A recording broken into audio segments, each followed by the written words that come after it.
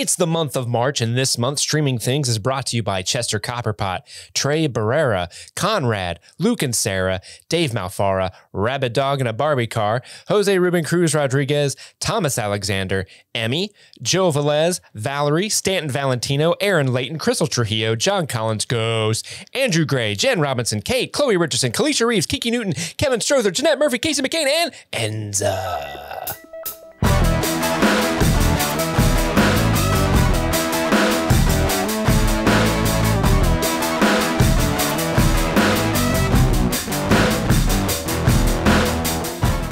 Welcome back. My name is Chris. My name is Madison. And I'm Steve. And this is Streaming Things, continuing our coverage of Yellowjackets Season 1. This time, it's Episode 6, Saints.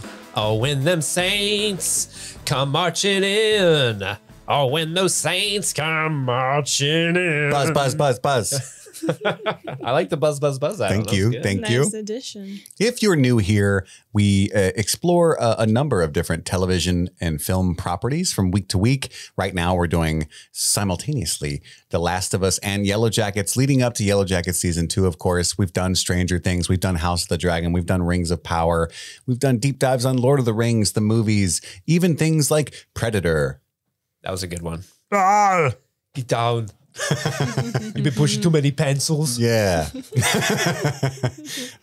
So yeah, welcome all and sundry. You can email us at any time at streamingthingspod@gmail.com to join the conversation. We monitor that. We read every single one of them. Lately, we've answered about 7% of them directly.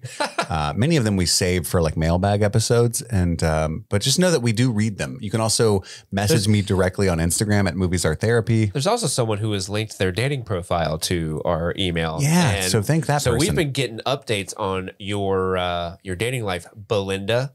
So yeah, there's a few interested men on there. I don't know if you can see that. We can see it. Yeah, hopefully you're getting those updates on your phone because, girl, get it.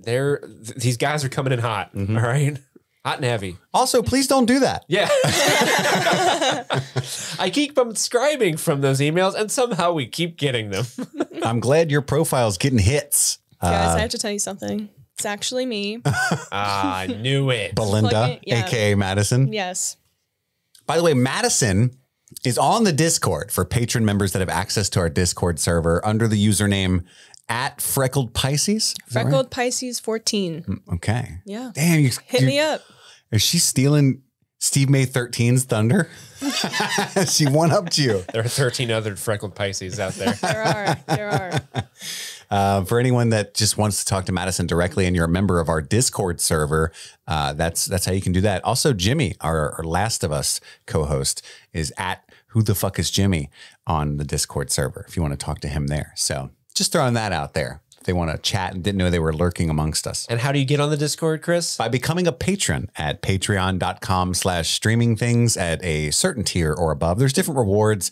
At the very lowest tier, you have access to bonus episodes and stuff at the very least. And we do at least one of those a month. People, it's almost time to do a March poll, wouldn't you think? It is time to do a March poll. Oh, we'll do that. You actually probably have heard that on Monday through the magic of podcasting. It's funny. The last episode you listened to this week is like the second episode we've recorded. So it's kind of weird. Yeah, I'm all over the place, but we manage. Anyway, welcome to all of you. Thank you for returning listeners.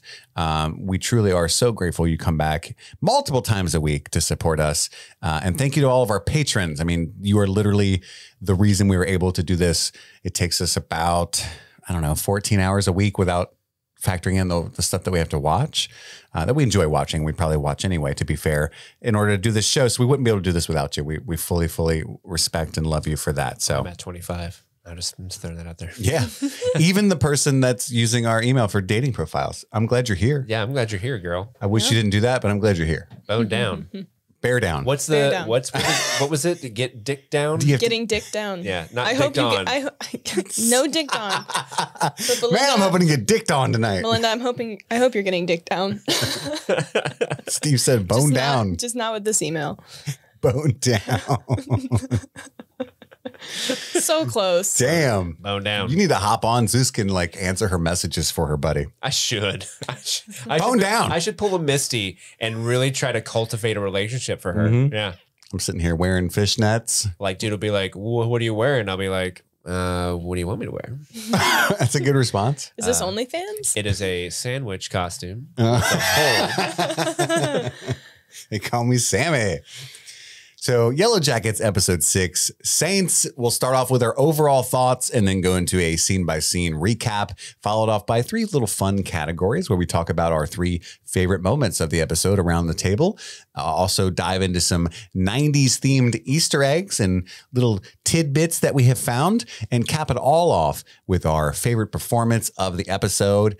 And that'll be the coverage of episode 6, Saints. Let's start off with our overall thoughts. Madison, let me throw you for a loop. Toss it to you.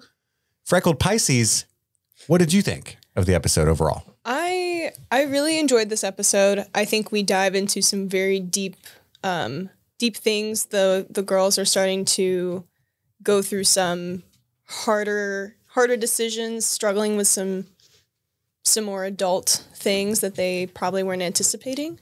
But yeah, it's a good scene. It's a good episode. I really enjoy this episode. I feel like this episode and the episode previous feel similar in terms of pacing, in terms of information that we're getting for the rest of the series. But overall, I had a good time with this episode. Steve. So this show just keeps becoming more lost. Yeah. Like the show. Not lost like they don't know what they're doing. They're just becoming more and more lost. There's some stuff with Lottie at the end. I'm like, pretty sure that happened in a Lost episode. This is kind of wild. But I do appreciate this episode. Hi, bud. Thank you. This episode kind of gave some interesting curveballs with some character relationships that I thought were like surprising and heartfelt and endearing. And I was like, I wasn't expecting to feel this way towards these certain characters, which was super interesting. And so the show just continues to be, I honestly have no idea where it's going. I have no idea where the show is going. And that's part of the fun about it, honestly, is just being surprised every episode. This one specifically gets real fucking weird. There are some real fucking And you're here weird for it, scenes. as you said a couple days ago. And I'm here for it. Like, there's one scene in particular that was so weird. I'm just like, this is all I want. This is all I want. Let it be weird, baby. I feel like I can think of a couple of scenes that it could be, but I don't know. I love how you both look like supervillains with your animals. I was like, Steve has a dog. I'm gonna get a dog. Yeah, for podcast listeners, Madison's holding Ellie and I'm holding Pippin the dog. I'm panicking. I don't have an animal. Put that down, sir.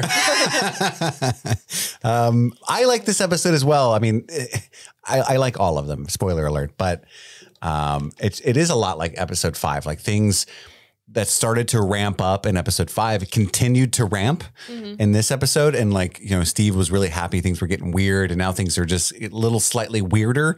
But also I think there's at least a scene in this that's one of the most like emotionally powerful, upsetting scenes in the whole show.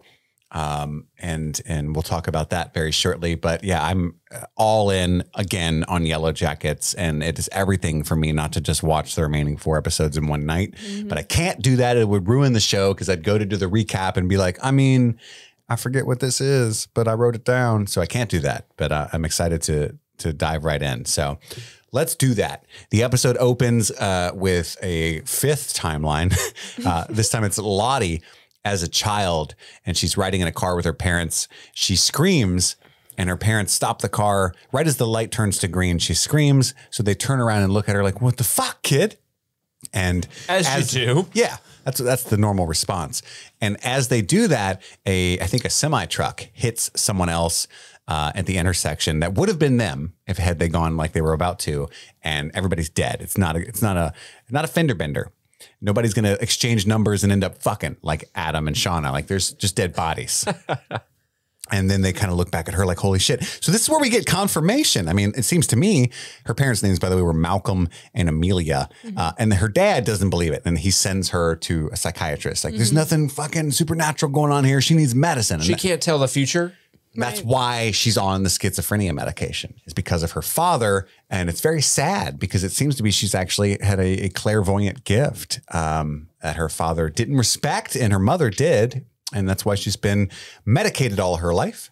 But right off the bat, I mean, I feel like it totally flips the script on everything we've experienced previously in the show, where it's like led us to believe that she was on this medication because she has a mental illness of hallucinations, where now we get this, I think, confirmation that she has an ability, a gift. She's magical, my friends. She's got the sight. She's in touch with the supernatural. Yeah, some shit. She's got the shinning.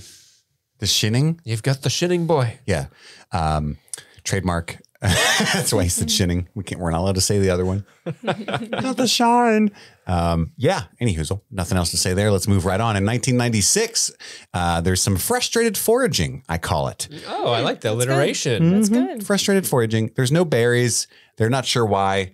Where's the berries? They just assume there should be berries. There's no like zoological reason or whatever the word, biological reason. What's the word I'm looking for? Is there an illogical for like foliage? That's dinosaurs. No, there's like I think that's dino DNA. Dinosaur DNA. Anyway, there's no fucking berries there. Yeah. Like, you know that cereal, oops, all berries? This is the same thing, Like but there's some the opposite. contaminated thing that's happening why there's no berries. That's what it's suggesting. Yeah, like the environment itself is against them. And then we find out that Danny Mears dumped Mari so he could bang his cousin. I mean, actually, they're second cousins. So, I mean, technically it's legal. Wasn't illegal. That was a pretty good clap back by Lottie, going to say, because I agree. Mari is kind of being a little jerk where she's like, oh, did your boyfriend, the ghost of the dead guy, tell you about the Barry situation? Right. And she's like, no, we just talked about how Danny Mears dumped you for his cousin. Like, ooh, Lottie, damn. They call that shitted on her. Shitted on. Shitted on her. I feel like Mari is the punching bag of this show so far. Yeah, it's like we're not going to characterize you or give you any depth whatsoever. You're just going to be like the run out of the house screaming there's a bug on you. Used to date a cousin banger character. Yeah. And then we see Lottie envisions a deer with bloody antlers. Rutting antlers. Pardon? Rutting. Rutting? Isn't that what it's called when the deer, like, when their antlers are growing, they've got that like skin that grows over them, so they like gotta scrape it off. So they scrape their antlers on deer. I think that's called rutting. It could be. I just thought it was like a sinister like visual of the blood coach. on the It's definitely a sinister visual, but they do that every year. But it's an actual thing that deers with antlers do. Okay, yeah, gotcha. Well, when you say rutting, like I read a lot of high fantasy books, and like that's a word for fucking. So I think in medieval times, like they were over there rutting. So it makes me uncomfortable when you say that. That's what I'm saying. There is a rutting season where all behaviors and activities associated with breeding season can be broken down in pre-phases. There's you'll like this, the pre-rut. You can get pregnant from that. You got to be careful. Yeah. Got to worry about the pre-rut. And that's what Coach Scott warns about later on. Correct. So I wasn't wrong. That is what rutting means. Okay. We learned so many things. I know. We're learning a lot. This is becoming quite the education. A couple days ago, it was like menstrual cycles and moons and whatnot, and now rutting. Yeah. So pre-rut. Oh man, I'm not finding an actual term for what that's called, but apparently it's like shedding. It's a velvet. Yeah. It's like a velvety. It's like socks for their head horns. Yeah. And they have to change them. Yeah. But head horns. But they change them. Antlers. Yeah. Yeah. Head horns. Yeah. We're saying the same thing. Bear down. Bear down. Woof. Woof. Deer down. So back in 2021, Shauna goes to the motel and she's there to meet Natalie and the gang, but she runs into Randy, who's like a neighborhood guy who used to go to her high school. That's Jeff's friend from high school, right? It's the person that Jackie tried to hook Shauna That's with. right. That's right. The baby. So then Randy, his wife Tammy, has thrown him out. So he's at the motel and he's got a buzz Yellowjacket tattoo because he is not, he's the epitome of peaked in high school. Yeah. But even then his peak wasn't high. No. He's like a molehill and that was still the top. Yeah. He was the hangers on for the actual popular kids. Yes. Yeah.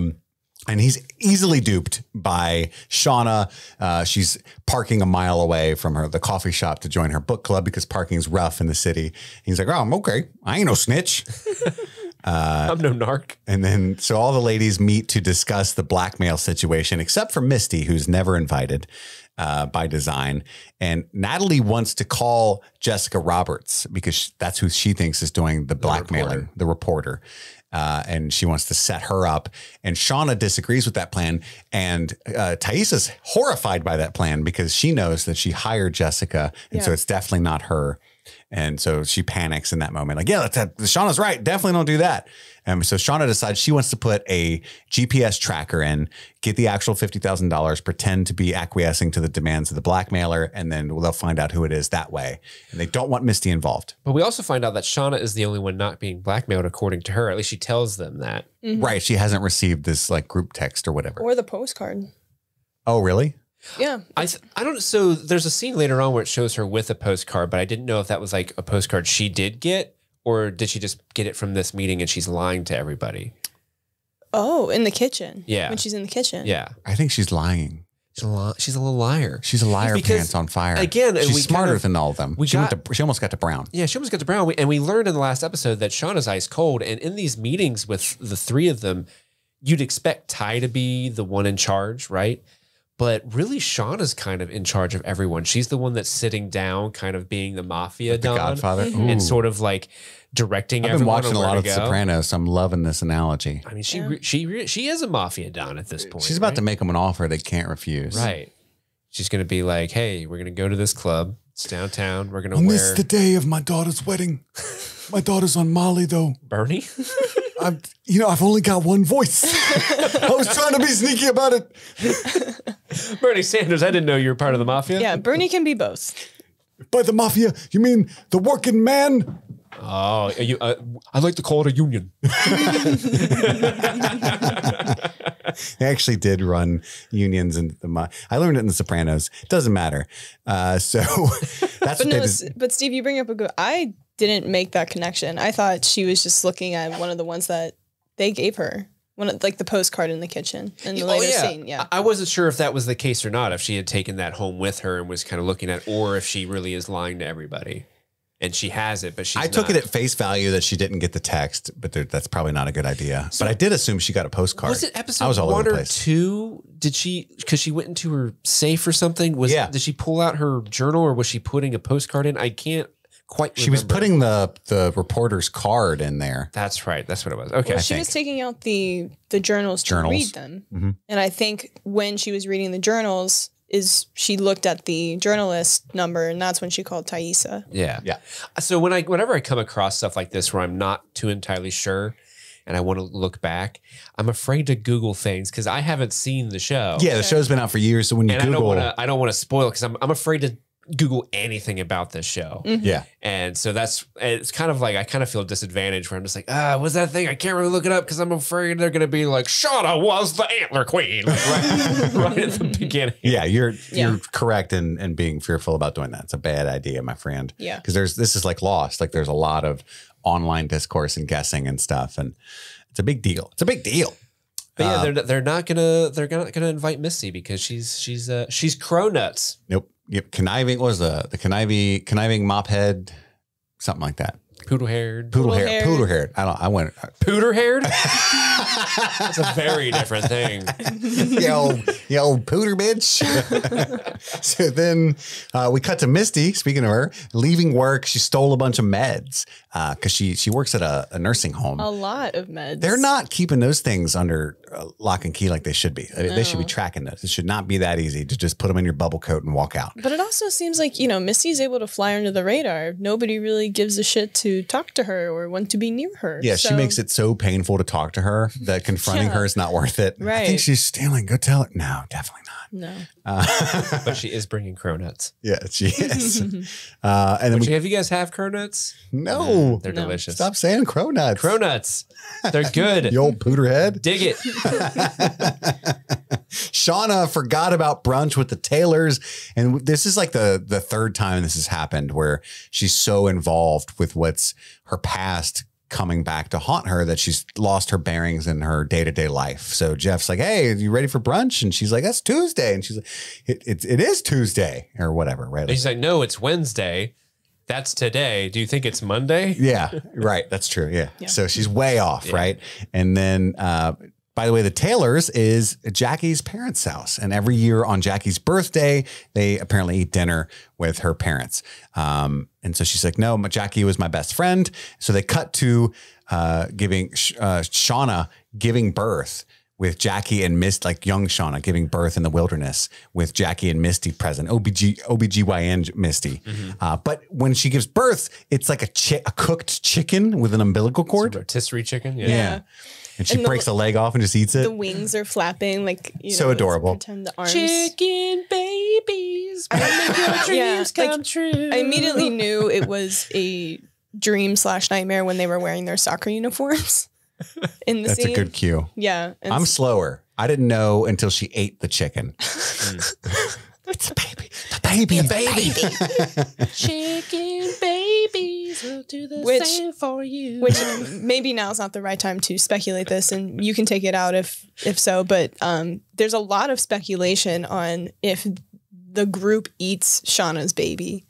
Like, and that's why she's having. Yeah, and I think that's why there's this common theme of Shauna. Well, I think there's a couple of ways to interpret it. I think it's the fear of people, like it being looked at as food, but I also think it's Shauna having these cravings of like from pregnancy of like she's, producing this cooked chicken, and we hear later on that the baby was also a hamburger in a previous dream. And so, I think there's a couple of ways to She's hungry for that baby. Yeah.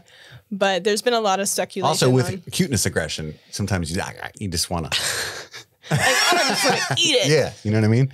So that's part of it too. Those cheeks. Steve, I'm not going to breeze past you singing chicken baby songs a third time. So I'm going to preempt when your you. world's looking kind of weird and you wish that you weren't there. What is this? Just close your eyes and make believe and you can be anywhere. Literally what popped in my head. It's the Muppet Babies theme, but with chicken babies. What popped in my head was from Austin Powers, where it's, I want my baby back, baby back, baby back, ribs. Ribs. Chilies. Baby back ribs. So I thought that was another secret tunnel situation. Oh, it is. So I was Who's driving. watching Muppet Babies, the cartoon from the 80s and 90s? Who's watching Muppet Babies up in here? Nope. I've only seen half of Last Airbender, but I was driving home on the highway the other day and I called my wife. I forget why, but I went through a tunnel. And I was on the phone with her and I went, secret tunnel, just because of you. Tunnel. But she's a big Avatar fan and I had forgotten that. So immediately my wife goes, secret tunnel. Like she loved it. Like didn't even skip a beat. It was love her. It was a whole thing. Stay away from my wife, Steve. You guys can girl, you watch Legend of Korra together. Because you're about to be. Because you light me up. Legend of Korra is dope. Just throwing that out there. I own them both on the Blu-rays. Any hoozle. Borbiat, Buzz. That's what I'm doing. It was a dream. It was a dream all along. And it's a really good way to transition back into the 1996, where it's a nightmare of Shauna's. And Van and Thaisa, after that scene, are bathing together. And this is like in the middle of the night. It's like 3 a.m. And they're playing a game where they like draw on each other's backs and they have to guess what word is being spelled. Have either of you played this game? You're nodding like, oh, I love Naked Alphabet. I have. My dad used to do it to make me fall asleep at night when I was really little. He would like write like words on my back to help me fall asleep. Now I feel really lonely. Nobody's ever drawn words on me. Come here, buddy. We got you. Let me do it to you right now. Here we go. What's that? What am I drawing? It's just a dick. No. Nice, Steve. I wrote boob like Van did. That's fair. Ty's like, boob? Really? I write what I know. I write what I know. Spoken like a true gay woman. Yep. So this is like a really adorable scene. And then all of a sudden, like Thaisa's nails are horrendously dirty. Did you, with everything else, like a lady. Yeah, with everything else that's going on in this show, I didn't know what they were trying to say with that, or if it was just that she's been working really hard on the homestead, or there's something. Oh, I do know actually. It's because she goes out at night and blacks out and digs. It's a foreshadowing to the scenes we see later. That's right. It just hit me like the baby. It all comes to me It's eventually. never a good thing when a character is night digging. Never is. No. And Thaisa doesn't want to get caught. So this is what we talked about this a little bit a couple of days ago, but this characterizes them a lot with It seems to me like Van is more out and unashamed and like, hey, they're going to find out eventually, who gives a fuck. And Thais is like, yeah, but I just don't want the drama. When it's like, what are you talking about? We're literally probably going to die. So I think that's important to know about Taissa, that she's closeted. We all know Laura Lee's going to make it a whole deal.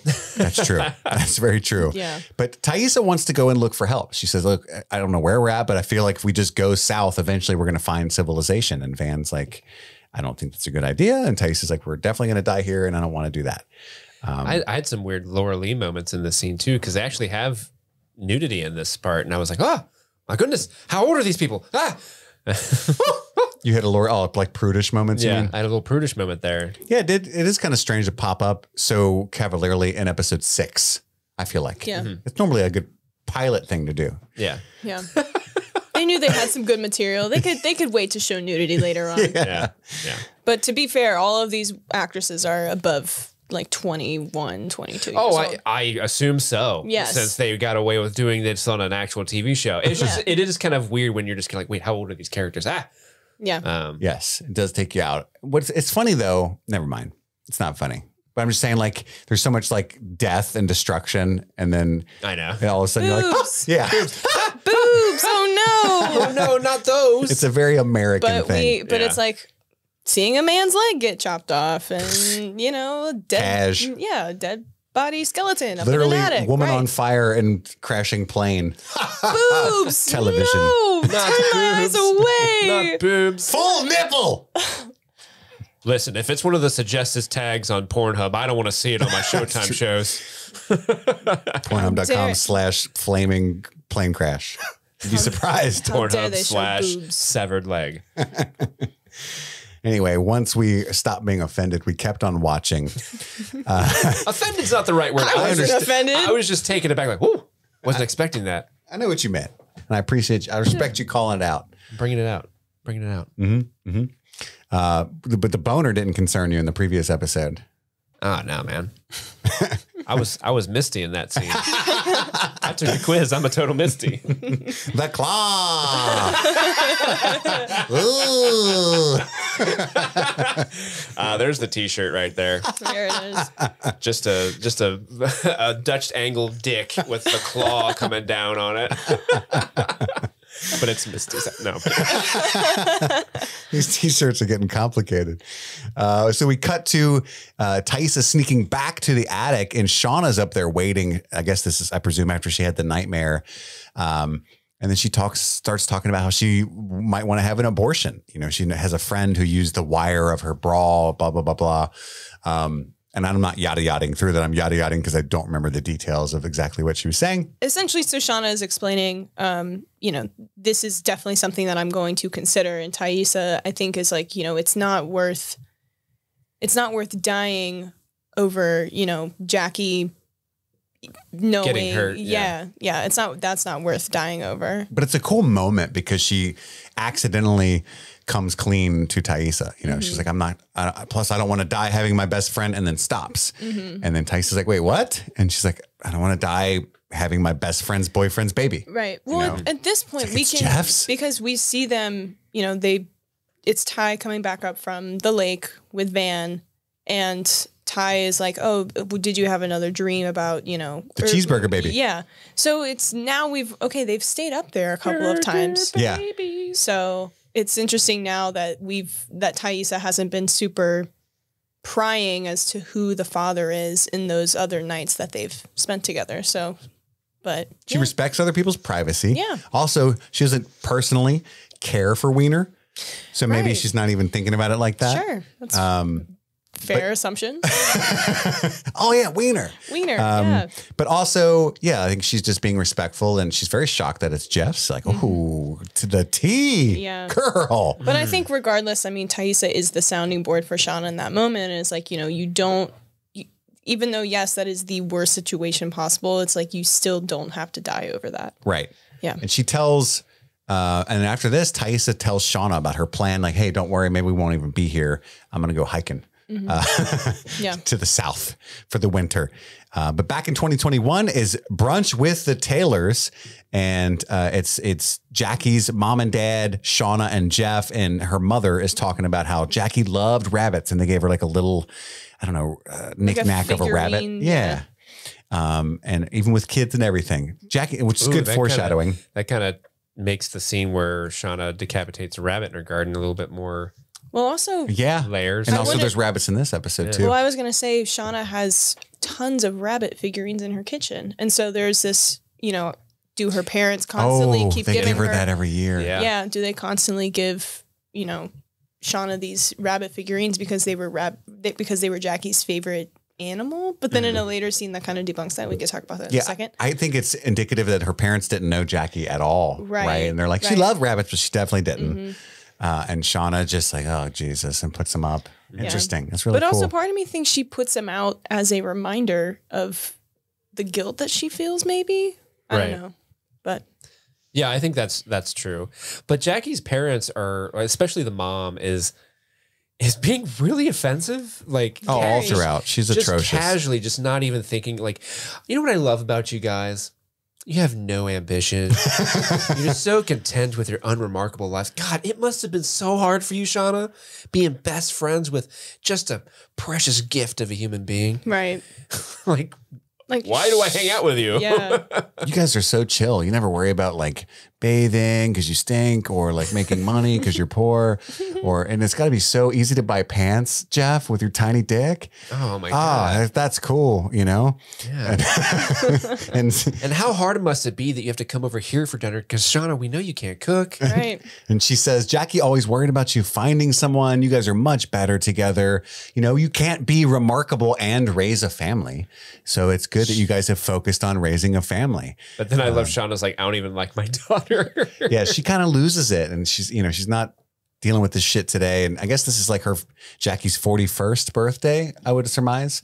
Would have been. And it says, I don't even like my daughter. And then the parents offer to pay for Callie's college. And Shauna says, absolutely not. And Jeff's like, oh, that would have been nice. Kind of look on his face. Well, Shauna, I'm sure, is saying no to that because if they start paying for Callie's tuition, then Callie's the little deal that she threatened Callie with last episode kind of goes away. Oh, I didn't even think about that. Yeah, because now that $12,000 is now a lot more. Well, Callie wouldn't necessarily, that's a good thought, but I think it's more of a pride thing for sure. Yeah. And like, because Callie wouldn't necessarily know that there's extra money now or anything like that. I'm sure if that happened, Jeff would be like, all right, Callie, thank the Taylors. The Taylors. Yeah. Maybe so. That's interesting. I didn't read that at all about that. I think it could be both. I think it could be both. I definitely think, Taylor time. Shauna's going to these people out of guilt because of what happened to Jackie. I don't think she necessarily enjoys it. No, for sure. They suck. Yeah. So I think. And they're having tuna quiche. It's not even for the food. Like, you ever eat tuna quiche, period? Much like less quiche. With a tuna quiche? I've never had a tuna quiche. With orange juice? I bet that flavor is all over the place. That is a weird flavor profile to mix. What is quiche? It's like a baked egg. Like with tuna, my guy? Think of like an egg, like loaf. It's actually really good. I like a quiche. It's like a hardened scramby egg. Yeah. But like it's got like a jello consistency, not jiggly, but like you cut right through it, it kind of falls apart. It's kind of like a pie, an egg pie. Yeah, it's definitely a pie. Okay. Yeah, jello was a bad way to go. I veered back to cake or pie. Shit. I got the picture. Are you a quiche maker? I have made a quiche my ass. One of my exes, for Valentine's Day, I baked a quiche. That was like the grand romantic gesture. Was I made dinner? Did you get laid? And I made the quiche after a quiche. What? This was a high school. This was a high school romance, but but the whole thing was like, hey, I gave you a quiche. That's why I didn't get laid, Chris. That to answer your question.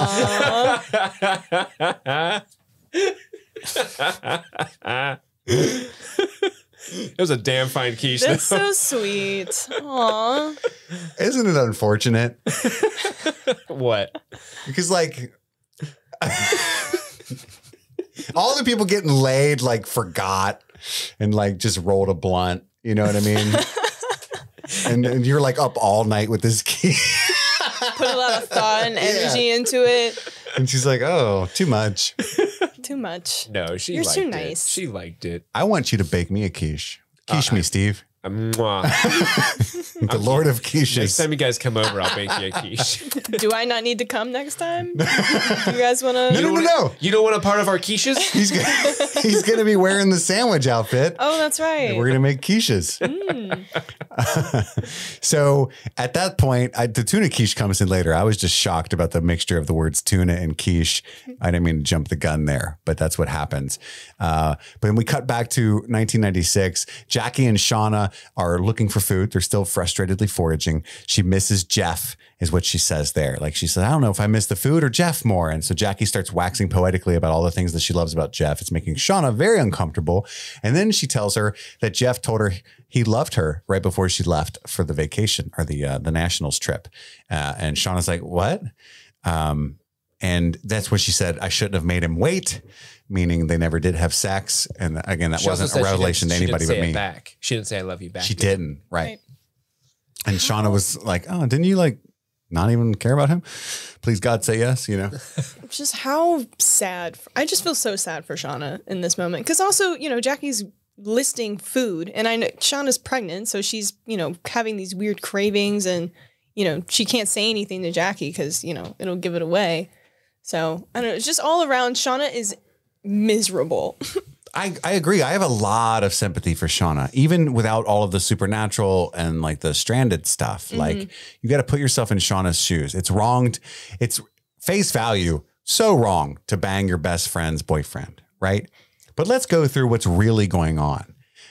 She's in love with Jeff. Her best friend is like this wealthy, beautiful. Is she in love with Jeff? I think so. Shauna? Yeah. She's banging him and she's like, tell me you love me so I can come. Like, that's not like a kink. Oh, I never got a she loves him vibe from Really? at least the young ones. Yeah. I've been getting the whole time I've been getting she loves Jackie. Oh, that's true. That's yeah.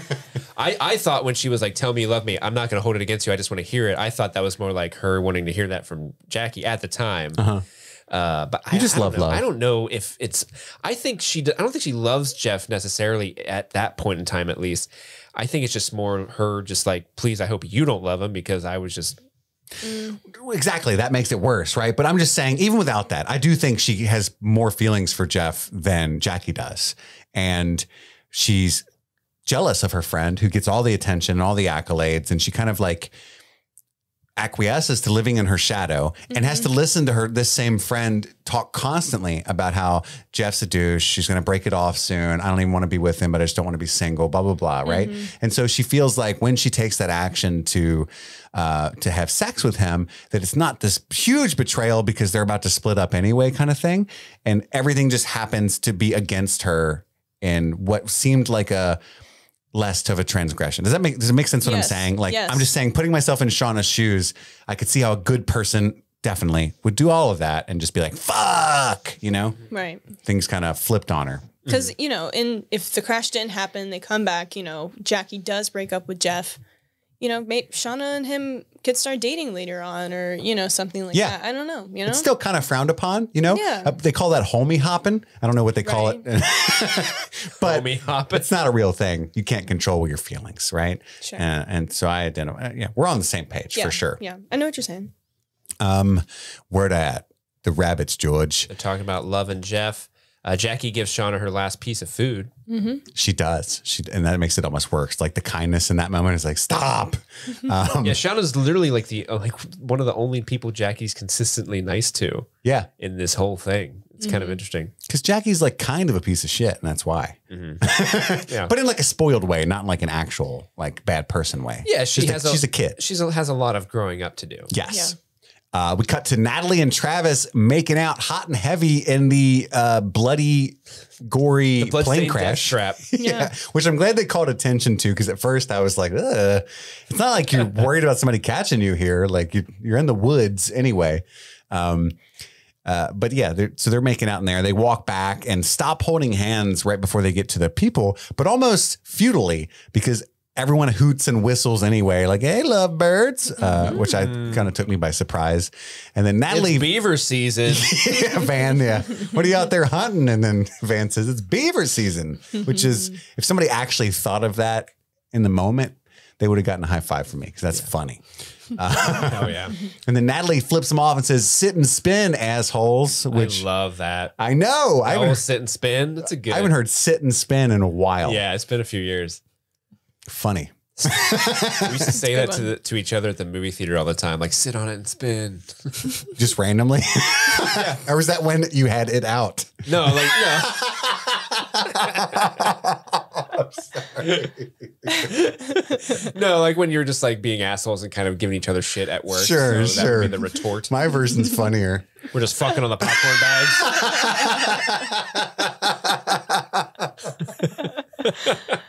It's not as funny. I'm just picturing now. What are you picturing? We used to say that to each other at the movie theater all the time. You know. I'm sorry. Hold on. Let me collect myself. I'm a professional broadcaster. But Jackie's kind of mad because she comes out and she's like, "Is that why you guys aren't getting actually food?" Yeah. I, the laziest one, am hungry. Yeah, but Nat is too busy running for mayor of Pound Town. Yeah. Another solid singer. It's decent. It's not as good as Beaver season. But then Missy kind of walks up to Nat and says, "Hey, I know how you feel. I have a secret boyfriend too." God. So that is the last dagger in Natalie's heart. I feel like when Misty is like, "Hey, samesies," you know. Yeah. Oh no, that's the last person, right? I feel you, sister. Oh, damn it. You do not want solidarity with Misty ever. So back in 2021, Thais is trying to make a large withdrawal because, again, their plan is to take the actual $50,000 and pretend to acquiesce to the blackmailer's demands, but put a GPS tracker in there. But she's unable to without her wife co-signing on it, that large of a withdrawal. And then Simone is angry about the campaign because they still haven't discussed why she flip-flopped on her decision to drop out of the campaign yet. And she says, "I'm taking Sammy to a child psychologist." We're going to meet us there at 3:00. And they have a fight about that kind of stuff. And then Shauna had excused herself from brunch in the previous scene. She's upstairs, supposed to be in the bathroom, but she ends up wandering into Jackie's old bedroom. She goes through some of her stuff, finds an old diary.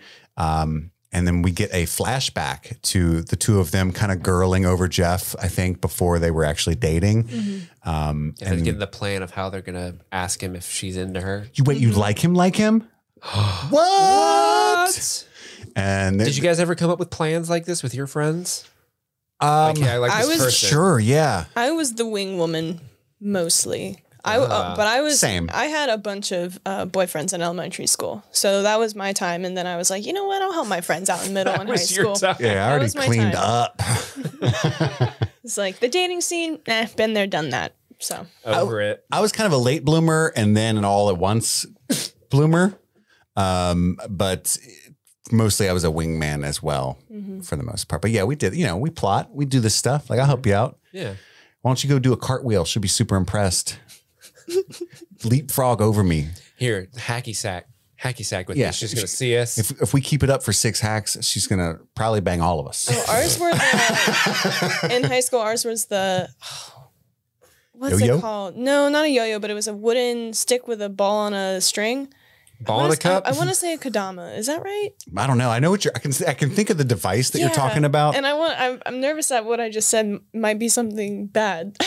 I don't know what it's. Me too. With like a sex move? No, I don't know. Let me look it up. Ball in a cup. We can keep talking. But Ball in a cup. Yeah. Kendama. That's Kendama. Kendama. Yeah. I was on the tip of my tongue. Yeah. That was cleaning up back then. If you could do that, you were hot shit. Like save some for the rest of us, fellas. That guy. I think someone I graduated with went to a Kodama tournament and like did really well. Like, my tournament? Yeah, placed. Oh my God. Yeah. He was probably drowning in it. He got so much puss. It was insane. So many flowers being deflowered. I feel like that is worse. It is. When you say it like drowning in pussy sounds better than that. It's an old Patton Oswalt bit of like if you try to say something gross and sexual but try to make it PG, it's infinitely creepier. Oh, really? Than like being just gross and disgusting. So he's correct with that. Yeah, like I'm not even gonna say what he says, but go look it up. It's funny. Okay. Will do. Will do. So yes, she also finds a photo of Jeff and Jackie, young Jeff and young Jackie. And then she gets a vision of Jackie again, this time sitting on her own bed saying it's not your fault. Shauna says, oh, I know. And she's like, wait, what do you know? It's definitely your fault. You're giving me mixed signals here, little Jackie. And then Jeff interrupts her hallucinations and says, hey, you're supposed to be in the bathroom. You left me alone down there. She gives him the photo and kind of starts to ask him, do you ever think about if things were different, whatever, right? And he's like, hey, we can leave. We don't have to be here. And she says, we have to stay for dessert. And I wrote dessert for brunch, ? Because I don't think that's a thing. Right. You guys ever typically have dessert? Well, you can't just have a tuna quiche, man. No. That's true. You got to wash that down. You got to wash that down with a blondie, all right? A bunch of whiskey, I would think. And so they cut back to the brunch to Jackie. They're doing a toast. I guess all that orange juice is actually mimosas. And again, the mom starts out again. Jackie was so gifted. You suck. And then Jeff defends Shauna in the best, weirdest way. Because he doesn't have to say, I was banging her while Jackie was alive and thought I was with her. But he does. He's like, because I knew she was awesome. She went to Brown. She's the smartest person here. Should you take a genius test? Yeah. He goes through this whole thing. It's like, truth is, Jackie was amazing, but so is my wife. I was an idiot then, but smart enough to see that. Also, this is the best tuna quiche I've ever had. Yeah. I put in all caps, tuna quiche. Do you think they're getting the invite for the 42nd birthday? If they do, I hope they don't go. Can I still get that money? Right. Yeah, right. So we cut to the psychologist assessing Sammy. He says, or she says, that it might be psychogenic fugue or something, dissipated something. And Simone's angry with Taissa because she had checked her phone. She got a message while the assessment was going on, and they're driving now. Taissa is dismissive of the doctor the way she's always dismissive of apparently science just as much as supernatural stuff. And Simone's just very frustrated with the whole situation. And then she almost hits a cyclist, which is not cool. Even Sammy looks freaked out about it because Simone's whole argument is like, the doctor says this is all coming from stress. The stress is basically coming all from you. This is all your fault. And now you're not agreeing with that there's an issue at all, seemingly, right? So. And then stresses the boy out more by almost hitting that cycle. That's what it was very sad. It was bad timing. Yeah. Because they're like, look, he's calm now, but all we got to, Yeah. And that look on his face too. He was like, oh. They needed young Lottie in that moment. They did. He was just back there jamming. I know. What the heck, man? He doesn't have the sight. Listening to the Wiggles or whatever. He doesn't have the shitting. He does not. He does not. So back in 1996, Travis comes into the cabin. He's grabbing a whole bunch of bullets. And then Coach Scott comes walking up. Hey, when you fire your own bullets, make sure you have one of these. So he tries to give him the talk. And he's like, look, girls like to talk. That's how he starts the convo, right? Just a little lighthearted misogyny to start things off. We know how bitches be tripping, Travis. Am I right? And puts his hand up for Nux. And Travis is like, what? He's like, look, I know none of my business, but the last thing we want out here is a baby, right? And thank God none of us are pregnant. Yeah. Am I right, boys? Am I right, Shauna? And then he pulls like 37. And then he pulls out like 37 condoms. And he's like, here, Travis. We were only going to be at Nationals for a week. We're going to be in Seattle for a week. Don't worry about it. Mind your business, buddy. Yeah, mind your business. I get down. Yeah. I had him lined up. Coach Ben is an attractive man, so. Back to 2021. Natalie is cleaning her rifle, seemingly for fun. She hasn't fired it. I don't know. I don't own a gun. Maybe you just have to do that. Keep it lubed up. You I don't do know. have to clean it a lot. Okay. You don't want dust getting in there. You don't, I assume. It'll stop the bullet. Well, you got to keep it ready in case you got to shoot Yeah. it. Yeah, she's got a blackmailer after her. She might need that. Oh, that's true. It's kind of like indicative of she's ready to kill, right? Yeah. In case shit pops off. And Taissa can't get the money. Natalie, she tells Natalie that I'm having family troubles and there's no way I'm in a position to ask my wife to co-sign for a withdrawal of 50 grand. So Natalie says, I'll get it. And Natalie's like, where? And she's like, don't worry about it. And then when she goes outside, Kevin shows up with snacks, by the way, which means he's a good guy because you don't show up. I assume it's not a tuna quiche, but it's something. And she's like, well, I got shit to do. He could have had that great line. I got you a quiche. Yeah. I'm going to quiche you. The Lord of Quiches. Yeah, baby. So she said, hey, I got stuff to do. And he's like, I can wait. I got time. And so he ends up, I bet he regrets saying that because in the next scene, she's selling her car. That takes like 2 to 4 hours. Yeah. So he just sat there and ate all the snacks alone. And now this is the first time I've been like, I don't like this. Like a tiny little writing flub. So she gets in the car. First, how was she going to get a ride if Kevin hadn't showed up? You know, I guess she was going to call an Uber or something. That's fine. But then when she finally gets back in the car, Kevin's like, well, no, I got something to do if you want to. And it just is kind of silly, right? Like while, I mean, I get it. While he was waiting, his ex-wife called.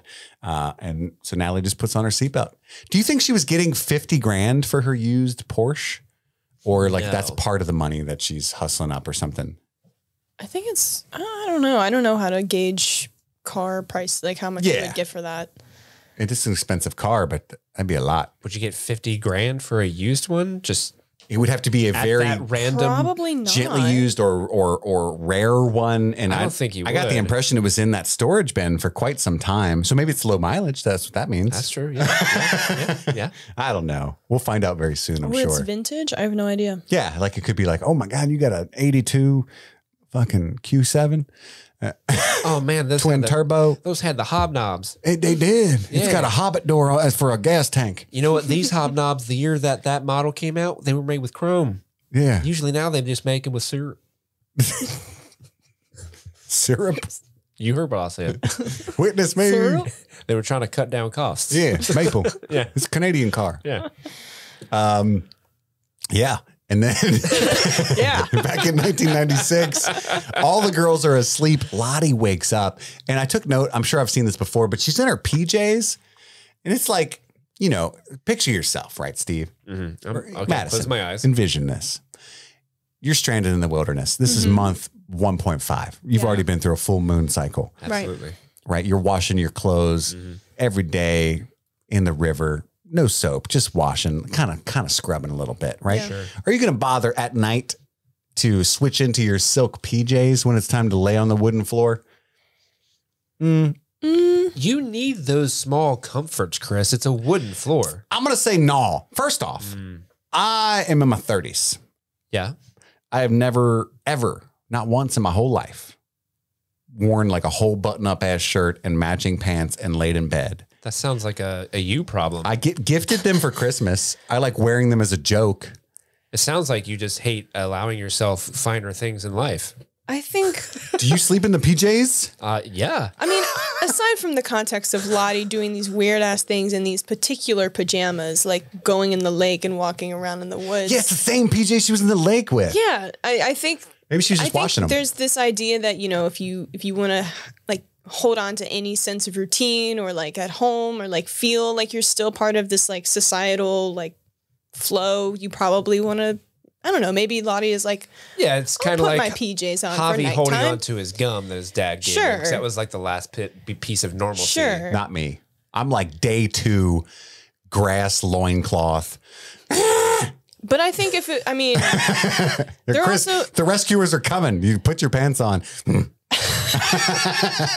It's just communicating they're in also grunts. long sleeves, so I'm sure they're warm. I don't know how cold the cabin gets. Yeah, you know, like it's probably chilly. there's probably some elements as to why she's wearing these same PJs, but also she's a dumbass for going in these, from getting them dirty in these weird ass, you know, reasons. Maybe she's a genius and that's how she washes them. I'll just wear them. That way they keep their form while they dry. You know what I'm saying? She's the smartest one here. I love Steve's like. She's a creature of comfort. I get it. I don't know what you all are talking about. It's such a dumb thing to take note of. And I'm like I said, but it's like at this point in time, I was like, wait a second. Did you take note of her framed up with the deer antlers? Yes. So it's like the subtitle said eerie vocalizing because in the back it's like, oh, and then, the antlers framed Lottie's head. And then she finds Thaisa outside eating dirt, which is why her fingernails were dirty. Yeah. I assume she does that often. Which you come here often? Do you think she was like what enticed her to get up and go look for Thaisa? You know what I mean? Because it wasn't The shine. It wasn't the what? The shitting. Just her clairvoyant senses. Okay. So then we can assume that whatever is making Thaisa eat dirt is a supernatural element? We don't know yet. I wonder if when they were doing the seance last episode, the spirit went into the attic and possessed Lottie for a second. But now, since Thais is sleeping up there, maybe the spirit can act like get into people through the attic. So maybe because she's up there, that spirit is possessing her. And he's like, I just want to eat some dirt. Oh, I love dirt. Get your dirt on. Joe Dirt. Joe Dirt. I love Christina Aguilera's song that hasn't come out yet. Wanna get dirty. In case you weren't aware of which one I was talking about. Thank you. I felt like Steve somewhere was thinking, Genie in a bottle. I don't get it. You know me so well because it's 100% what was happening. Really? I was like, okay. No, I'm talking 5 years later, my friend. But yeah, Lottie was just had intuitive reason to go out and look for a Thaisa. Smelled the dirt. Why do you think Thais is eating that dirt? Iron. Okay. Deficiency. Need some minerals. I really don't know. There's a lot of things. Well, she's doing it again later as an adult. Right. Well, there's a lot, there's a lot of things to unpack with her. I don't really. This is like where the show has fully gone off the rails for me a little bit in a good way. Like, I'm like, yes, eat the dirt. Because now she sees the wolf, she eats the dirt, and she sees the eyeless person. That's what I said last episode. She got a trifecta of weirdness going on. Go ahead. Well, I was going to say she doesn't remember the eating of the dirt part. Right. In her young and adult self. Yeah, she blacks out. She becomes a different person. Right. So it's almost like, is that her response to this trauma? Is that her response? Like, it almost seems like there's a two-person personality here. We don't know how long she's been doing this. We assume it started in the wilderness, and we know now that it's continued into the present day, right? But what is interesting is, like, obviously she's the bad one. She's the lady in the tree for Sammy, right? And so there's no dirt in trees. She's the one that painted Spill, not right? She broke Sammy's toy. Yeah. All kinds of shit. So interesting development. She's like a werewolf, kind of. Oh. And that's when she sees the wolf. A werewolf. Holy shit. The baby. Not as dumb. The baby. Shit. Eating dirt. Where am I at? Thais is out eating dirt. 2021. Jeff and Shauna talk on the way home. They're in the car. And again, another great moment with Jeff. After he defended her, he's like, hey, I think about it. And I love this honest talk. Like, yeah, I've considered what if things were different? Sure, I'm a human being, but like I have no regrets. It didn't turn out the way that we wanted to. It's not perfect, you know. And Shauna jokes, you think, and they have a nice like laugh about it, and like you can kind of see for the first time why they were ever a couple in this moment, right? Like there is some love there, and they do get along well. And you know, Jeff's like, Jackie was going to break up with me anyway. You know, I was the fucking high school boyfriend at best. I was never going to be anything else. Good talk with them. Good moment. He says he loves her. He does. I love you. I was kind of like, oh, how dare you make me like you? How dare you in this moment make me like you? But I was way more comfortable thinking Jeff was a douche. Is he still having that affair? You guys think that's what he's doing with the inventory? I think it would be a cheap shot writing to subvert it because like it's telegraphed so well. But also I would respect it in a weird way. But I do still think he's cheating. See, now I'm speculating something, but I can't tell if it's because I've seen the show or if it... Right. That's why, I don't want to say anything as to what I think he's doing. That's what's so funny, too, is like Madison and I are so burnt. We've actually seen the show and we're like, I don't know. But again, it's been so long since I've seen it that it's like when we do come across these moments where it's like, oh, I don't actually remember, but I have speculation, but I can't tell if that same speculation is from what I had last time or if that's because I know that's actually what it is. It's been over a year and a half. And I watched it in like 4 days, which I'm sure you did too. But I think I can only go off of what the show is interpreting. And I think right now the show wants us to believe that Jeff is cheating. What are you thinking, Steve? I think he's just making a bomb-ass inventory system that's going to revolutionize this world. The furniture industry? He's working and he met with a lady at the hotel because she's like in charge of big inventory, and he was giving her the presentation. Like, let me show you the PowerPoint. This is what I do. I'm a furniture. She's designing new software. Yeah, she's designing the user interface for when he takes this global and starts selling it to markets all over the place. It is end of quarter taxes. Yeah. I think it is likely that there's going to be a twist that he was not cheating. I'm not even joking. I think that's likely because that would be like, Oh, Shauna, you done did it again. now you got to kill him. You stepped your foot in. Get the shovel. Call Jack or call Ty. It's night digging time. Call Misty. Yeah. Ooh, on my way. Well, I'll be right there. And why is she Canadian now? Oh, hello. It's Oh, sorry, I got to kill you. Oh, jeez. I gotta heck. shoot you full of drugs and lock you in my basement. I wouldn't kill you. Normally, I just take you to Minnesota, but it's too cold. So, bye. Bye. I gotta go get the cronuts for the ladies at work tomorrow. Goddamn cronuts. We cut to Kevin. The errand that he had to run is taking Natalie to watch his son's soccer game, which is a little inappropriate. A little early to be meeting the kids there, Kevin. But I'm not going to judge you, buddy. And Natalie gives him a sweet sweeper tip. Hey, when he's weak on his right, so if you just kill him, turn right. And it actually works. Kid gets a goal. Yeah, she's got some sweet soccer skills. Base scores, yeah. From her time as a Yellowjacket. Never worked for her, but it did for him. And then she gets creepy noise vertigo and has to step out and leaves for the rest of the game. Yeah, more of that sound design. Which I was kind of like, is she overwhelmed by the nostalgia of the soccer field? Is she like what? I think that's a great guess, but that's just, that's as far as I got. Yeah, I was kind of struggling to identify what the reason to step away was.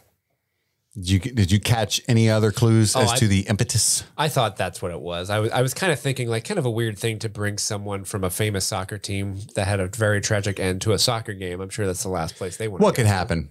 What possibly could happen? Hey. Not the letters PTSD. Maybe we should fly this plane I got next. I thought it'd be a cute date for us. And then we'll go camping. What are your thoughts on log cabins? Shit. Back in 1996. What you call Misty? Just randomly. Have her join. What's she up to? Thaisa is dressing in the attic and she notices a wire missing from a bra and takes off running. Where the fuck is Shauna? Lottie confronts her meekly and is brushed aside. I can't deal with crazy right now. Hey, were you eating dirt outside? Yeah. And Thais is like, fuck no. I can't deal with crazy right now. Where's Shauna? Lottie's like, oh, okay. Weird question. Just want to, we'll put a pin in this if you want. Follow You up. said, hey, Ty, can you smile for me real quick? I just want to see if there's some, dirt in your teeth. Part of her's like, I'm hungry. What have you discovered? Yeah. Is it good? Is it worth it? I'm a little concerned. Right. I'm dirt curious. Is it? It's Alice in Chains' best album. That was a joke for the other 8 people. It's a good album. Lottie sees Laura Lee sleeping. Sweeping. I wrote the wrong word. Sweeping. I fucking went with it for a second. I was like, that doesn't make any sense. She was sweeping the cabin, but she scares Laura Lee and she utters cheese and rice, which is what we all say when we're surprised. Cheese and rice. And she asks Laura about visions, and Laura responds that, those come from the Lord, the substance of things that are hoped for and the evidence of things unseen. She's been waiting her whole fucking life for this conversation. Oh my God. And she's like, you need to accept Jesus. Finally. I've been wanting to convert my soccer team for years. This is my moment. It's finally time. Praise him. And Lottie is open to this because she's felt so alienated and so alone. And Laura's just the right type to really buy into this and give her like a wholesome reason that she's experiencing the things that she's experiencing. And unlike her father, who just shut her down and said that she had a mental illness that she needed to be treated for, she's like, no, you're special. This is a gift from God. And so Lottie's, of course, able to receive that instantly. Yeah, I kind of feels bad for Lottie because yeah. She's going from one awful situation of someone denying what's really happening to her, going to another situation where someone is kind of using what's happening to her. Well, except that there's no maliciousness. Like Laura Lee believes what she's saying. Oh, right? Sure. Yeah. Still a cult-like behavior. Sure. That's true. Preying on somebody's, weakness and moment of weakness. Yeah. Yeah. Like, hey, I know you're scared and things are happening to you that you're not aware of, but join my special club. My club. Really cool. We have tuna quiche. We swim with our clothes on.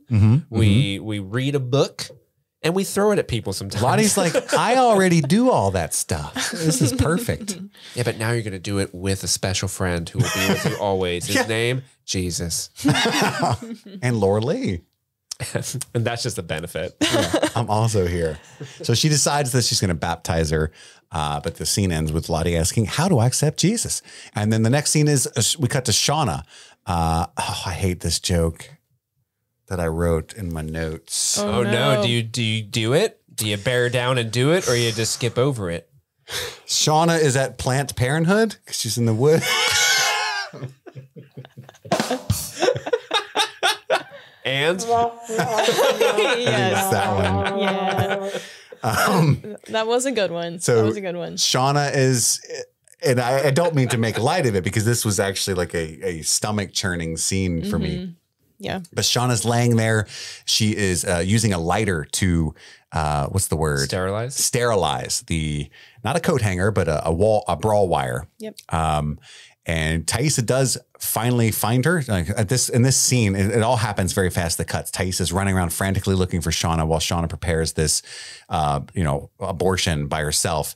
And then also Laura Lee baptizing Lottie. And then Thaisa shows up, and I broke down. I'm a crier. I broke down crying when Thaisa knelt, and I thought, you think, oh, she's going to stop her. She's going to yell at her. She's just like, hey, please let me help you. You don't have to do this by yourself, Yeah. And I'm going to cry again. Like, it's just so supportive. And like, again, I'm not a woman, obvi. Yeah. I have no idea what this must be like. I can only imagine, but like the solidarity there, and especially with what's going on in our world currently, or at least in our country. Yeah. It was a very powerful moment. And similar to you, I also broke down and cried. It's just, I don't know.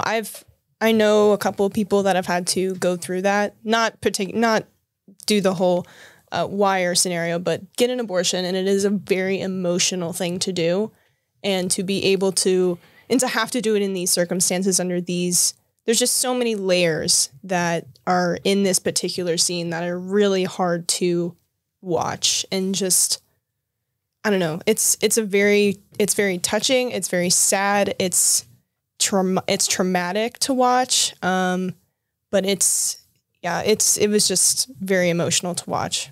Yeah. Like everything you said it best. Like I can't imagine, but when she starts inserting and stuff, I'm like, it's a lot. Yeah. No bueno. No. Yeah. No bueno. And the sound design too. Like, they've got this eerie, almost like horror soundtrack breathing going on while it's penetrating is the best word I can use. I'm sorry, but it sounds like Shauna huffing, but it's not. It's like creepy sound design. If you guys heard it, it was like,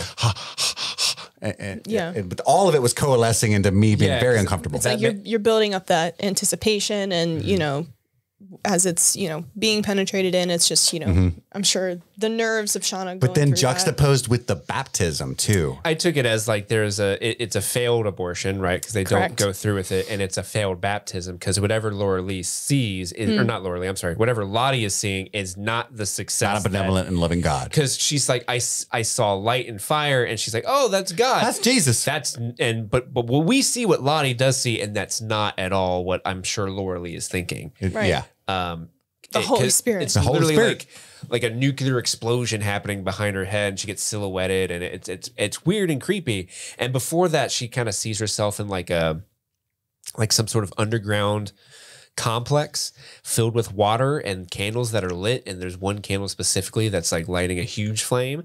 That was when I was like, this is so Lost. It's ridiculous. And there's a deer down there too. Oh yeah, the deer is also down there. Oh, is that what Lost is like? Just all over the place visually? Oh, there's a lot of random like, oh, we're in an underground bunker now. Where are we? Yeah. What is in that hatch? I took it as like she's walking to this altar and lighting this sacred candle to Jesus, something like that. Yeah. But that was a great sequence, like with her floating with her nightgown in the water and shit, like just the way that the water moved her garments. I was there for all of that, especially when I'm still like wiping the tears away from the Shauna scene. Stellar. Chef's kiss.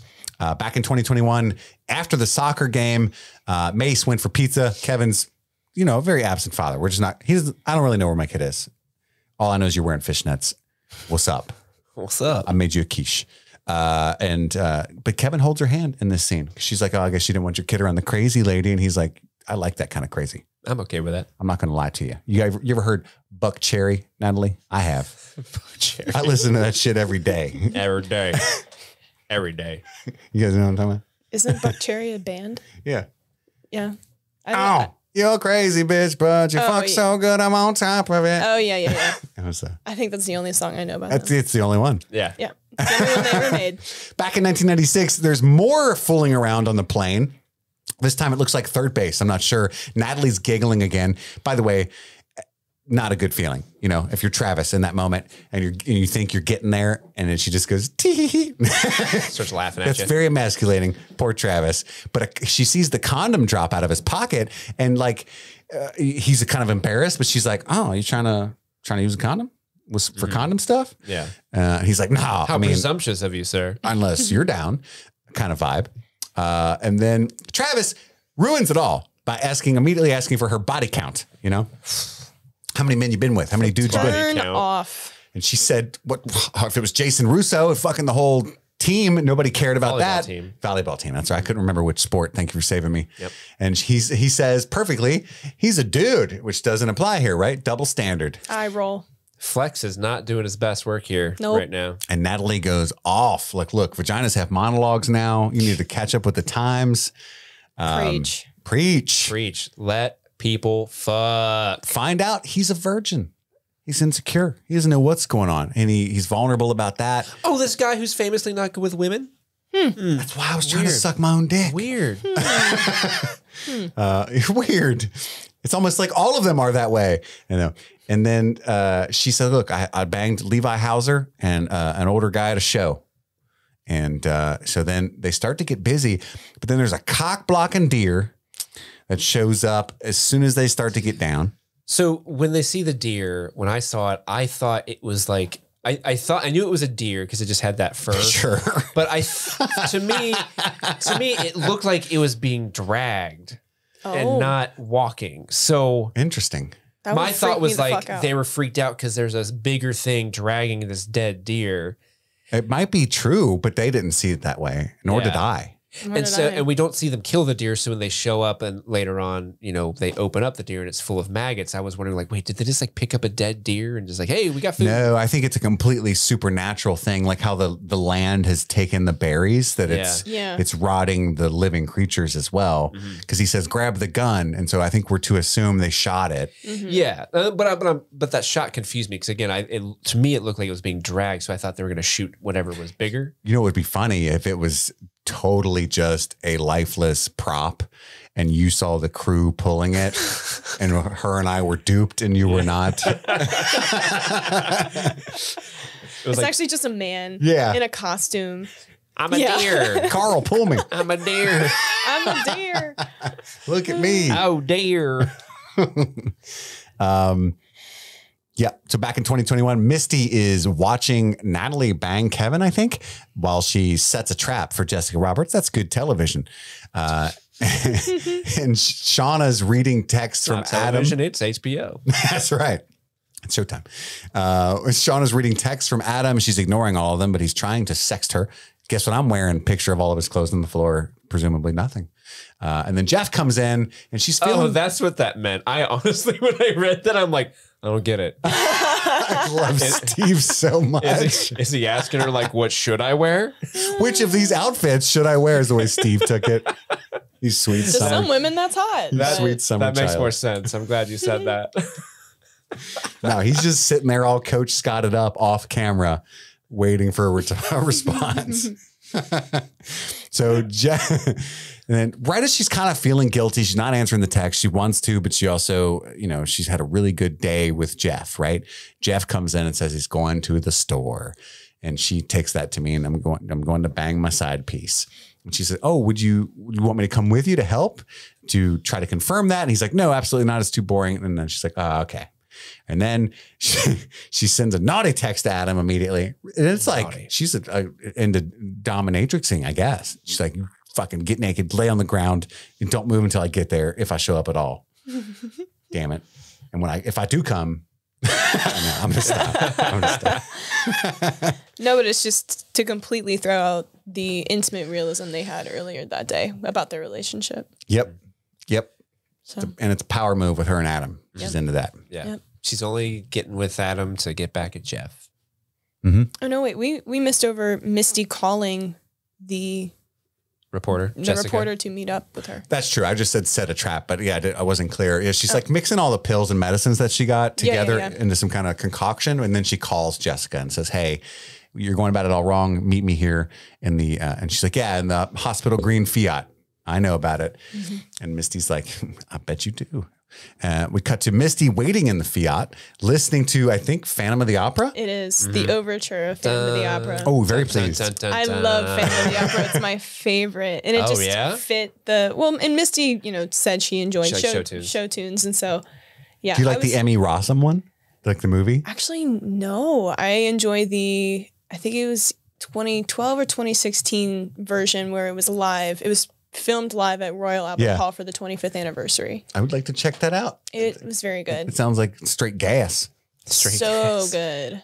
Sierra Boggess is the lead for Christine, and then there's another famous person that did Phantom. But it's great because we know Misty loves like show tunes and podcasts and stuff. So she's actually sitting there jamming to it, but then it frames the scene so well for when the reporter gets in the car or the private investigator we know her to be.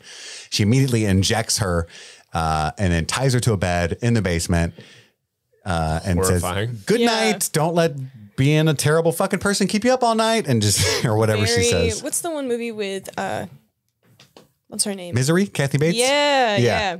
That's honestly like the person that I compare Misty to quite frequently in my mind. Kathy Bates, the person. Yes. Something wrong with your medulla oblongata. Different Kathy Bates. Great scene. Back in 1996, Natalie and Travis bring back the deer, the bloody quote unquote antlers one. It's the one she's been seeing in her dreams, her visions. The rutting antlers one. That deer was ready to get down. Damn it. He was baking a quiche until Shauna cuts it open. There's maggots inside the deer. And then Lottie says, "I'm not crazy." And Laura Lee's like, "I told you, Jesus loves you." Because she had seen that deer with the frayed antlers. Yeah, you got the shinning. And Thaisa loses it on Stang. She's like, "This is bullshit. I'm not waiting to be rescued anymore. I'm going south. Who's coming with me, man?" And then in 2021, Natalie gets the text from the blackmailer.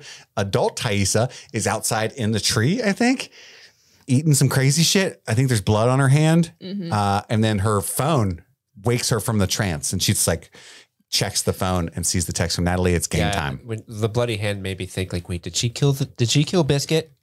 Where's Biscuit? Where's Biscuit? Where's Biscuit? That's a good question. Yeah. She killed something, didn't she, Steve? She did kill something. Yep. She's the bad one. She's the lady in the tree. She's been night digging. It's never a good Again. thing. Never a good thing when you're night digging. I know, it's so hard. Like, imagine how much she spends on landscaping in the city. She's probably brought like 6 inches a yard, probably. And on her nails, True. gotta look good. True. Politician. Yeah. I'm getting my first mani in a couple weeks. I'm very excited. You excited? Going with a mani, not a petty? Maybe a petty as well. I'm not sure. Are you gonna get some color or no? I may while you're in there. I don't know what you do. Excuse me, sir. While you're in there. Me and my guy friend, he actually is the one who wanted to get some petties. Or no, petties are your feet. Yes. Yeah, he frequently gets pedicures, and I convinced him to paint his toes black, and it was awesome. Dang. Nice. Yeah. I don't know if I'm ready, but whatever they recommend. You can do it. Whatever they recommend, I'll do. They're the experts on the digits. Make it a seasonal color. Make it like a pastel purple. Ooh, like a Easter type stuff. Yeah. I hate Easter colors. Oh, never mind. But hey, you're right. I got to fit in. Do it. Tis the season. Now it's time for our favorite moments of the episode. Steve, you start us off this time. Your number 3 favorite moment of the episode. Well, I can best sum up my number 3 favorite moment by just saying, "Chicken baby, dreams come true." It's the chicken baby birth scene. Just because that was so goddamn weird. It featured a puppet. Y'all know how much I love puppets, and its little wings were fluttering about. And then they ate it. It was so so strange. When she pulls off the leg, I was like, leg. yes. But if I'm being 100% honest, Keep it 100. guys, I'm gonna keep it 100. If I'm being honest, when she bit into that thing, I was hungry. I really wanted to go get a rotisserie chicken and sing chicken babies and eat that thing. Honestly, maybe I'll stop at the grocery store after this. You can get those. I'm things for hungry like currently. $8. I'm with Madison on that. Yeah, shit. Let's We got DoorDash Last of a Us to do. rotisserie. Yeah. Let's do. Yeah. Madison. My number 3 is very beginning of the episode, young Lottie stopping her parents from crashing because she has a vision. Nice pull. Or she just screams. She's just screaming. Yeah, she was too young to actually give them good info. Yeah. Well, you got to think at that time, she's like 6 and she just sees the death and destruction that she thinks is real. Yeah. Very well But it was, acted. it was very well acted. And then I thought it was very well filmed as well. Just like the anticipation and the building up of her realizing what was happening. But yeah. My number 3 is when Lottie wakes and before she finds Thaisa eating the dirt and stuff, that whole sequence where she sees Thaisa doing that. But like having her head framed by the antlers briefly. And we've seen like the antler lord of what happens in the future, the near future of the wilderness gang, you know? Yeah, the antler lord. All of that, I just thought, this is like, I'm so fucking in. Like, is this evidence that Lottie's the antler queen? Or, you know, all of it in general, like this is a fucking good show. More evidence that I would probably love Lost. And Steve, you're number 2. My number 2 is Misty Be Crazy. Just the pairing of the Phantom of the Opera overture with her sitting in her car and then just casually drugging Jessica and then tying. It's so sinister, and Misty continues to be just this force of ne'er-do-well. But I can't quite pin down what her motives are at any point. Like she's up to no good, but she's seemingly helping everyone else or wanting to. And that's why she's so captivating as a character. And, you know, I'll always pop for any Phantom of the Opera stuff because that is a great play. Yes. It's real good. Yeah, real good. It's real good. Real good. Yeah. Madison, you're number 2. That one almost made my list. I really did enjoy that scene. But my number 2 was Jeff standing up for Shauna in front of Jackie's parents. It makes me so mad because I don't want to like him at all, but I just was like, that warmed my heart so much. And he wasn't scared to stand up in front of these people. And it was just great. Yeah. And I know, I'm sure it made Shauna feel good, but also guilty as fuck. Right. Yeah, all of that. Yeah, that's my number 2 as well. Jeff defending Shauna for everything that you said. I think it's such a great subversion of what we've come to expect about that character. And we get to be put in Shauna's shoes because we kind of in that moment feel guilty for hating him as much as we do. Just a brilliant writing twist. Very cool. Very cool. Steve. That's my number 1. All right. The Jeff standing up for Shauna for every reason that you guys said. It's just, and everything you guys just said, but also it's fun to see Jackie's mom, who's been kind of get her comeuppance, kind of a dud, getting her comeuppance in a way. And that, I love it when people that are annoying get their comeuppance. You remember a couple weeks ago, I was like, Nat's dad. With the slip on the gun. Yeah. Right. He died. No, but that's my number 1. Obviously, famously, Dobby, all that stuff. Madison. My number 1 was the abortion scene. I think it is very hard to write those scenes. I think it's very hard to act those scenes. And just, there were so many layers for both of those characters to be in that moment. And I think it's been one of the harder scenes to watch in the show, but I think it's been one of the more important scenes in the show. Because you don't see a lot of these types of scenarios on television. And so I think it was a very important scene, which is why it's my number 1.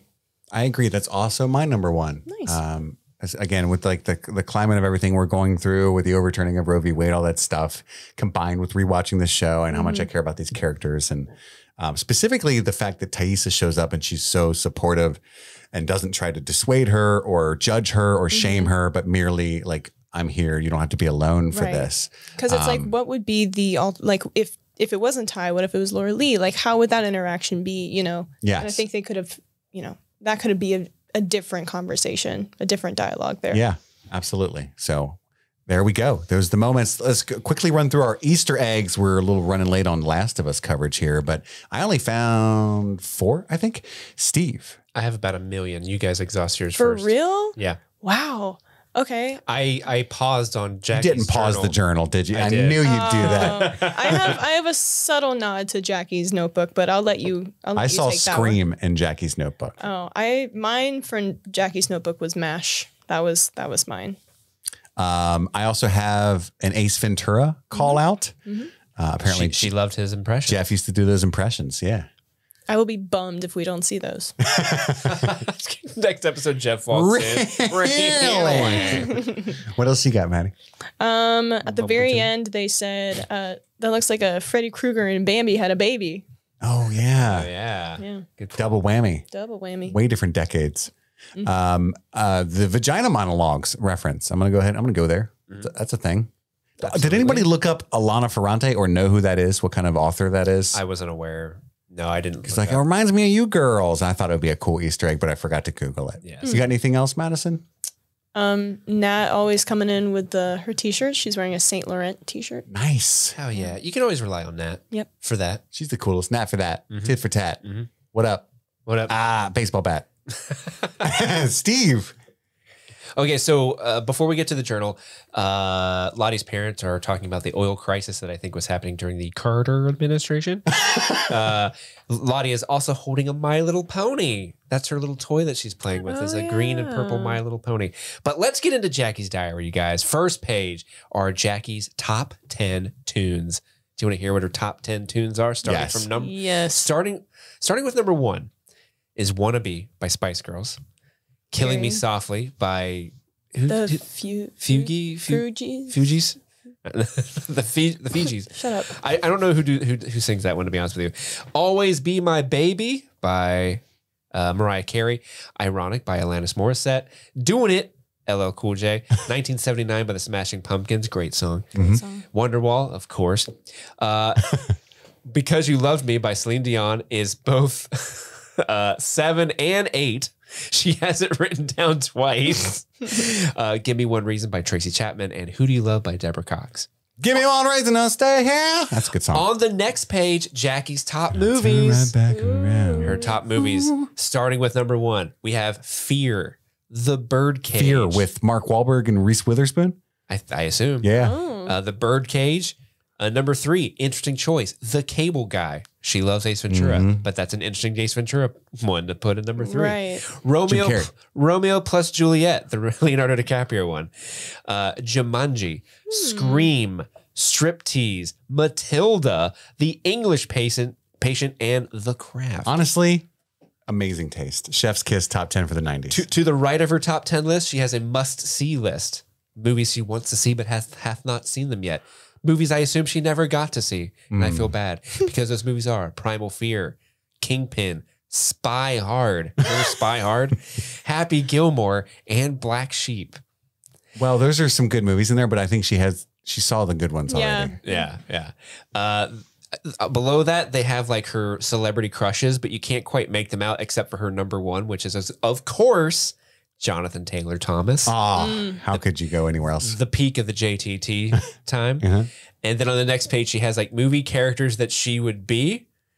Rose Dawson from Titanic, Cher Horowitz from Clueless, Veda from My Girl, Mia Wallace from Pulp Fiction, and Sidney Prescott from Scream.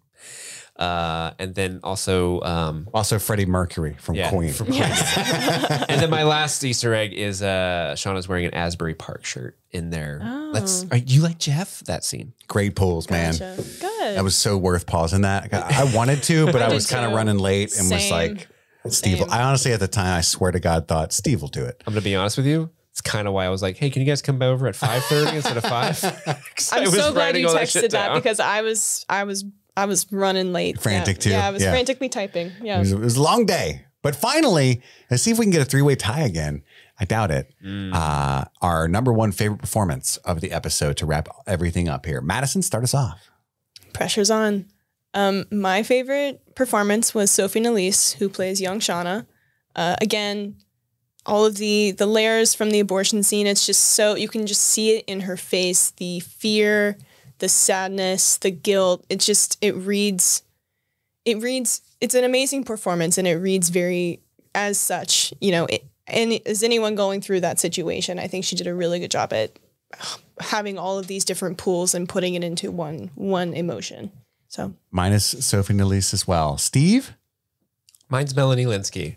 Nice. I'm always happy with a Lynskey streaming. I chose her because I think she's doing some really subtle work, especially when not only that scene with her like reminiscing about Jackie and her interactions with Jeff, but then also in the scene when it's the three of them kind of talking, and she's sitting down, but she's clearly in charge of these women, but they're not really aware of it. It's like it's a really subtle performance that she's putting on there. And I was really impressed by it. I almost gave it to her last week, or on episode 5 with when she confronted Callie and stuff. But yeah, I always almost give the Streamy Award to Melanie Lynskey. But to be fair, it's getting hard. It's getting hard to pick a favorite performance. Because I've wanted to pick young Taissa a couple of times as well. I think she's great. And hey, we all we tied still though. Like we all picked Shauna. We did. Right? We did. Yep. So there's that. I'm counting it. I see this as an absolute win. Next week, we'll be breaking down episodes 7 and 8 and The Last of Us finale. So tune in for those. Thank you guys so much for tuning in. That's all the time we have for right now. My name is Chris. My name is Madison. And I'm Steve. And this is Streaming Things. Happy streaming.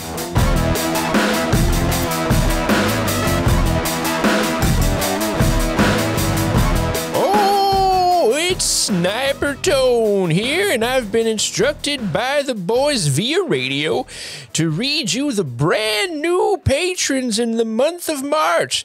These are people who have an extra set of mirth in their hearts, and they are truly the last line of defense between Streaming Things and a total economic collapse.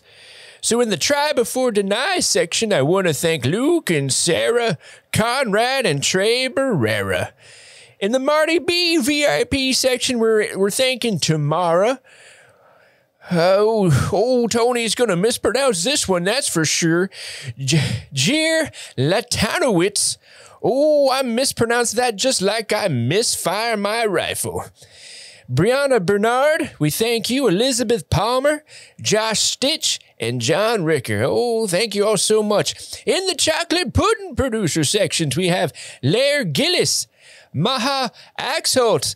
I probably missed that one too. Thank you to Jordan C., Kelly Shartner, Natalie Cleland, Sunny. Oh, it has not been sunny here in quite some time. Thank you to Wayne Yopst. Oh, I think the world has passed Tony by. Tony does not know what that word is. Yopst. Thank you to Shotzi, Brock Burek, Alicia Takahashi, Gabe, Quentin Vassa, Teresa Schwemmer, and Rob Westendorf. And last but not least, we have our friends Don't Lie to thank. Those friends are Taj Allah and Melissa Worcester. You know what? Old Tone used to shoot a Worcester back in his day. Or was it a Winchester? I don't know. I'm Sniper Tone and my mind is frail. I gotta get back to protecting Kansas City. What? It's already on fire. Oh, Tony, you done it again.